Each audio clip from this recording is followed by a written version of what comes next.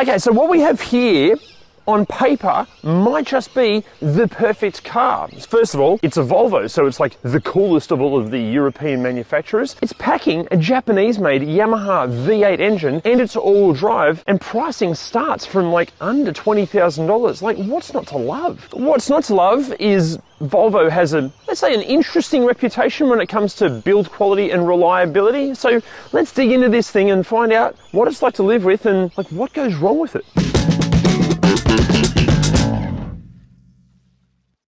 Okay, now setting the scene here, while our test car is the S80 V8, the second generation S80 was available from 2007 in a whole bunch of different iterations and flavours. Initially with a choice of 3 petrol engines and a turbo diesel across 4 models, all S80s here in Australia come with all-wheel drive and a 6-speed automatic transmission. However, with the first update in 2009, Volvo simplified the range, dropping the naturally aspirated 3.26, while the update in 2010 saw the diesel discontinued as well. Now with these updates, obviously there were enhancements to the cosmetics and the features and the tech and all of that sort of stuff, but as well as the major updates, Volvo pretty much updated the S80 every year of its existence. Then you have the trim specs, which generally only consist of the base model of each badge, like the D5, T6 and V8, and a higher spec of each of these called the R design, although the T6 has also been available in a luxury spec. Now obviously being a premium European car, the list of optional extras go on like a Scandinavian winter, but for all the specific details on the S80, jump on ReDriven.com and check out our awesome and completely free ReDriven cheat sheet. Oh, I should also mention that, like, we know internationally, these come in so many different variants. It's something like 9 different diesel engines and like 17 different petrol engine options. In this video, we're going to be focusing on the Australian models, but everything we're covering, it should relate to S80s in your local market. Okay, let's talk looks for a second here. Obviously at the moment, the older Volvos, like the boxy ones, like the 240 and the 850, they're in really high demand. But you got to remember, when these came out, those old boxy shapes were not cool. Hence, or the swoopy lines of this one. Now look, I personally think this is a very, very handsome car, but it's in that funny timeline where it's not old enough to be retro cool, but it's also not new enough to be like, oh, that's all funky and new. Like, again, it is a very handsome car and it will become cool, but just not yet. Also, the slightly later versions of these on the slightly larger wheels and maybe just a little bit lowered, they can look a lot cooler. And Jason, the guy that owns this car, has fitted these aftermarket wheels, which I think definitely enhances the aesthetics. However, it's not all perfect with the exterior, and we'll cover what goes wrong shortly. Now guys, we just have to pay some bills for a second. If that bothers you and you hate saving money, just skip ahead about 30 seconds. First up, a massive thank you to our finance partner, Driver. Guys, if you need help financing your next car, go to Driver, because the whole thing can be done online so simply. You can get pre-approval in literally just minutes, and there are no hidden fees. Head to the link down there to get started. And next up, the best wipers we have ever used, WIPERTECH. Easy to order, easy to install, they fit perfectly, and if you order them from the link down there, you're going to get 15% off and get express shipping for free. Okay, now inside, it's typical Scandinavian cool in here, beautifully designed, great functionality. It's a really lovely place to be. Now I should mention what materials you get, and even the overall design of it, it can vary a little bit depending on like the year and the trim spec. For example, this is what a really recent interior looks like, and this one is a 2007 model, so one of the earlier ones. But no matter what, they should all still feel pretty premium. Now, while we were researching this, we found a few other journalists complaining about the amount of buttons in the center console. Personally, I like buttons over like a touch screen. I think they're heaps safer to use. These guys are also complaining that they were getting confused between turning the volume up and down versus turning the temperature up and down. But they must be idiots, because that's pretty obvious to operate, isn't it? Now, ergonomics wise, okay, look, I personally like to sit really low in cars. I like to feel like I'm kind of part of it and all hunkered down. And with this seat is in my lowest position, and I still feel like I'm kind of sitting on the car rather than in the car. It's a really, really comfortable seat, but I wish the seating went a little bit lower. Also, Volvos tend to have a very signature smell about them. And this is the same. I don't know, it's like almost like a Scandinavian musk. I'm not sure. It smells very Volvo. Okay, now wear and tear in this particular car. The guy that owns this car, it's not his everyday driver, but it does get a bit of a workout. And the guy that owned it before him did drive it all of the time. Wear and tear, really good for the age of the car. Like, there's still good texture on the steering wheel. This whole center console section feels fantastic. There's a little, being very, very picky, there's some little bits of, I suppose, this texture kind of starting to lift a bit here. The leather on the seats is still really supple. Is going a little bit glossy, but textures everywhere. Wear and tear up front, fantastic. Also just here, you can see where this, I don't know if it's paint, but whatever texture Volvo have put on, it's kind of delaminating a little bit, but underneath it's the same kind of color as whatever this coating is, so it's not too obvious. Okay, practicality up front. Obviously you've got door bins, you've got a pretty, actually it's a great size glove box. Bloody hell, the glove box. Oh my God, the glove box is hugely deep. You've got a massive center console here. You've got two cup holders under this kind of, let's say, garage door style roller shutter here. Another little storage spot here. Here's a cool one. The front seats have pockets in the front of them. So if you want to go to the beach and need to hide your phone somewhere, that's the perfect spot for that. Plus this huge cool cavity here. Nowhere for sunglasses up there, nothing down there. I think that's it for practicality up front. Okay, in the back seat, I'm exactly 6 centimeters shorter than another sexy and talented Swede, actor Alexander Skarsgård. This is in my driving position. My God, it's comfortable back here. These seats are just fantastic. There's like actual kind of lumbar support. It's so comfortable. Even space-wise, like, okay, my feet are a little bit crammed under the front seat here, but like heaps of knee room. It's nice and airy and spacious because we're in this kind of caramel-coloured interior. It just feels light. Bloody wonderful place to be back here. Okay, now practicality in the back seat, pretty good. You've got some door bins here. You've got a couple of map pockets here behind the seats. But check this out. You've actually got, you'd think this is an armrest, wouldn't you? And you'd think there'd be cup holders in there. No, it's actually a baby seat. How cool is that? If you know any babies, that's brilliant. Close that, put that back up there. Awesome. Now, as far as wear and tear back here in this particular car goes, the leather is so soft and so supple. It doesn't feel new. It actually feels, I think, better than new. It's just gorgeous. Door cards, they're all fantastic. All the textures everywhere, spot on. Even the roof lining, like there's no marks in this.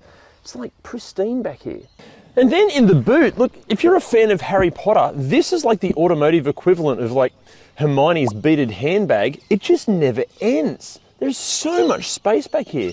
Brilliant. Although, in saying that, the aperture itself is quite small, so getting things in and out can be a challenge. But then on the flip side of that, the back seat releases are just here, so if you want to flip the seats forward, that's easy. Look, overall, excellent for practicality.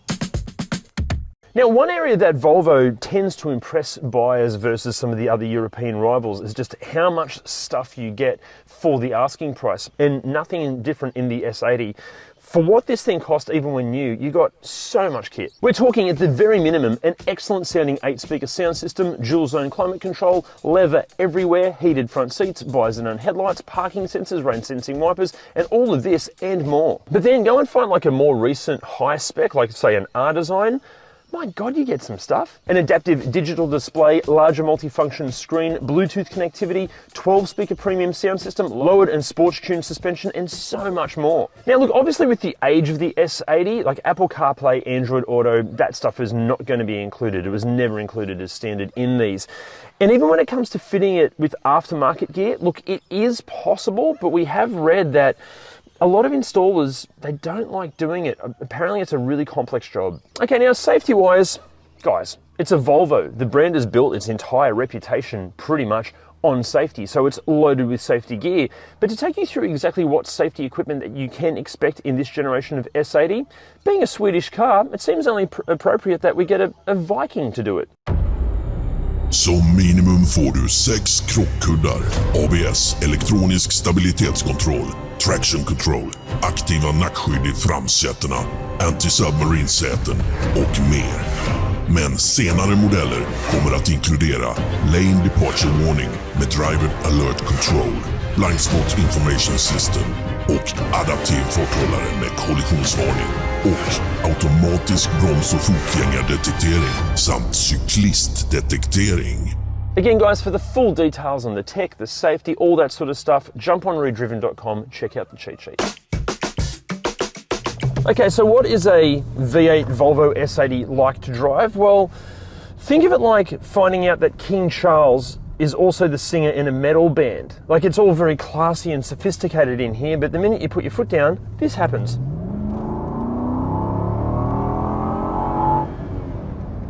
So good. Now look, that might sound wonderful, but like, is it fast? Well, sort of, kind of, not really. It doesn't like exactly throw you back in the seat, but it definitely gets up in boogies. It's fast enough. Look, when Volvo or Ford were developing this car, they actually had the Swedish royal family in mind. So yeah, think of it more kind of along that, you know, wafting along in opulence rather than trying to tear your face off with performance. It's that kind of vibe. Now, even though kind of opulence and luxury was kind of the goal, the ride after a few years has degraded it a little bit. Like, it's still confident, feels nice on road, but larger bumps and like undulations, they can feel a little bit harsh. But then, even though the ride's a little bit on the firm side, it hasn't resulted in like any weird rattles or sounds in the cabin. Like, there are basically no odd sounds in here.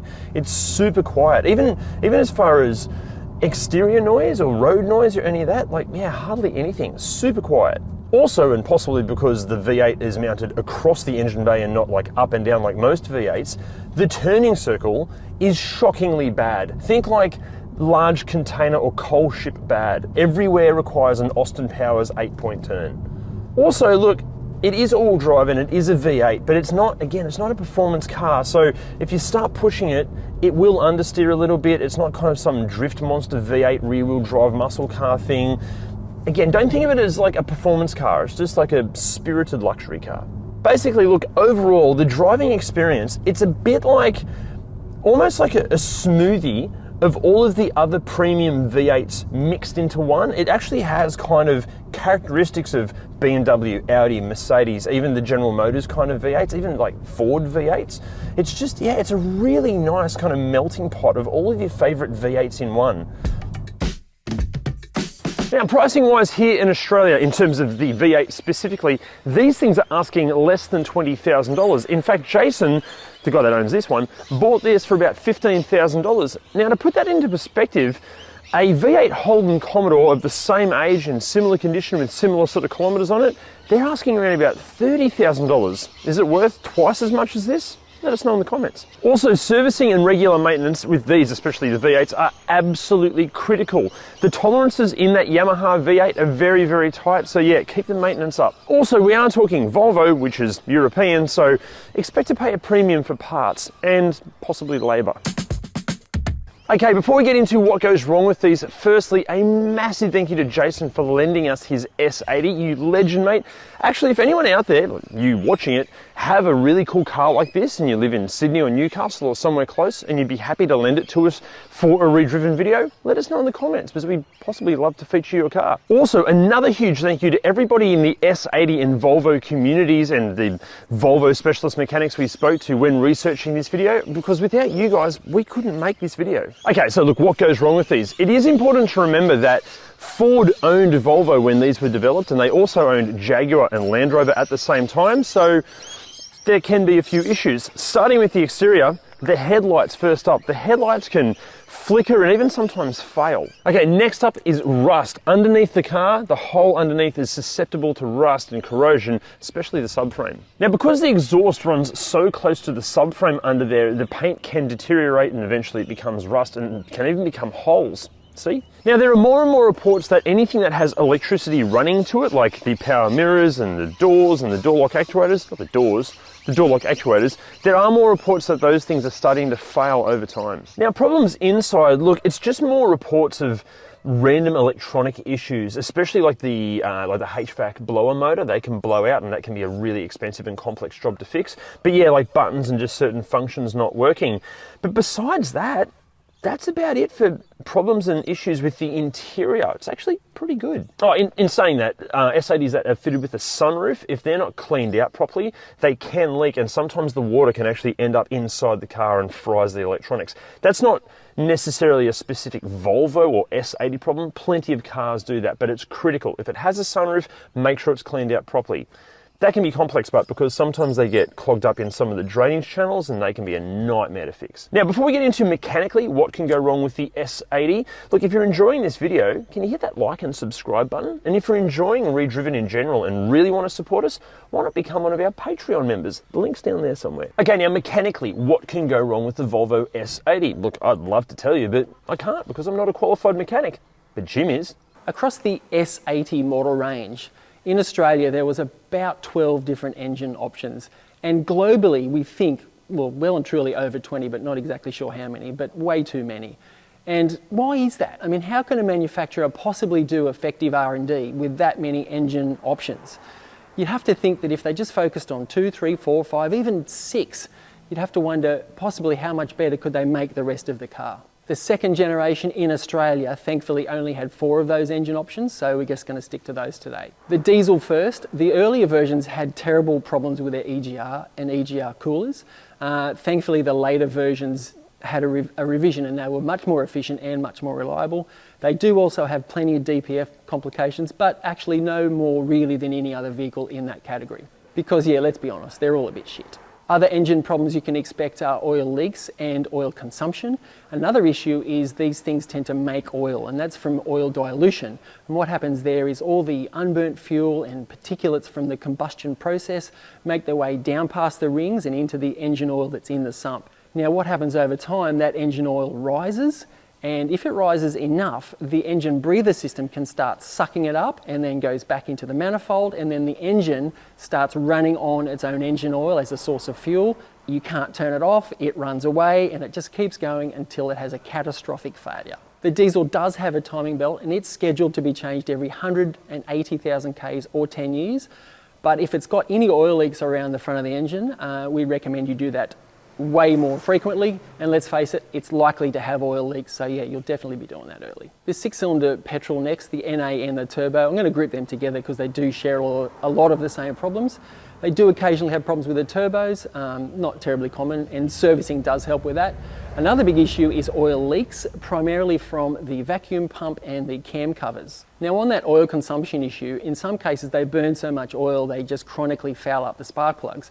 And that is also made even worse by some people failing to operate the dipstick correctly, claiming they can't really read it properly, and then they top the oil up and overfill it, and that just makes the whole oil consumption problem worse and worse.